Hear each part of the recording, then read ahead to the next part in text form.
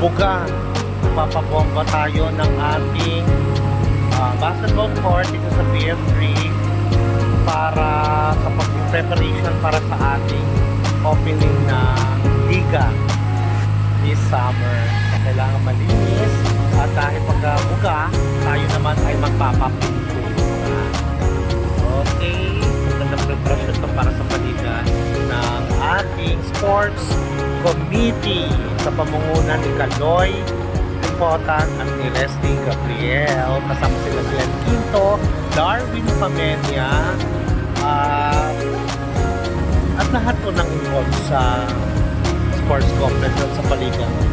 Okay, bongga rin na.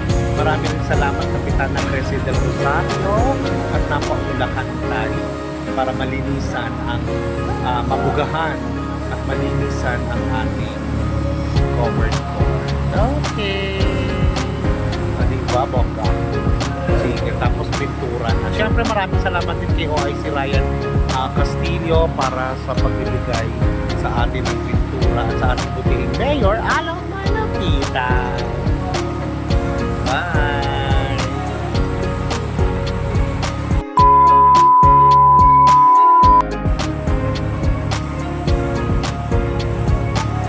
Oh, hello, kaway-kaway. Kaway. Mukhang bagong gising na si Kaloy. Kaway-kaway. Ang ating chairman ng sports committee, si Kaloy Potan. Actually, siya ang ating head. At sila talaga yung pasimuno rito sa magaganap ng liga. At talagang sila just nila na talagang mabugahan. Mabombahan yung tubig ng court.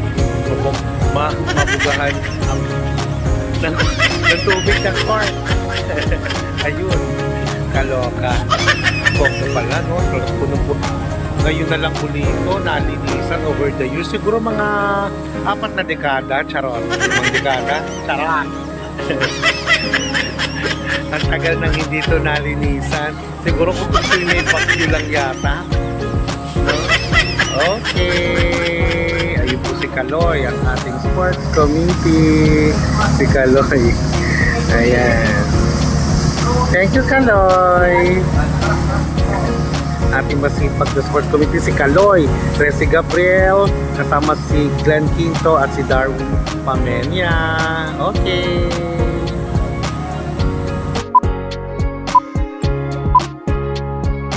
Okay na?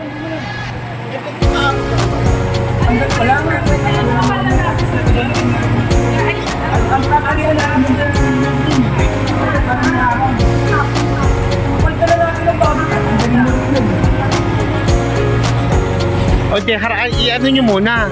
Lock nyo muna. Tatalian na lang. Okay. Hindi ko alam eh. Kaya kay kila Val, tsaka kay Joey. Tanong natin.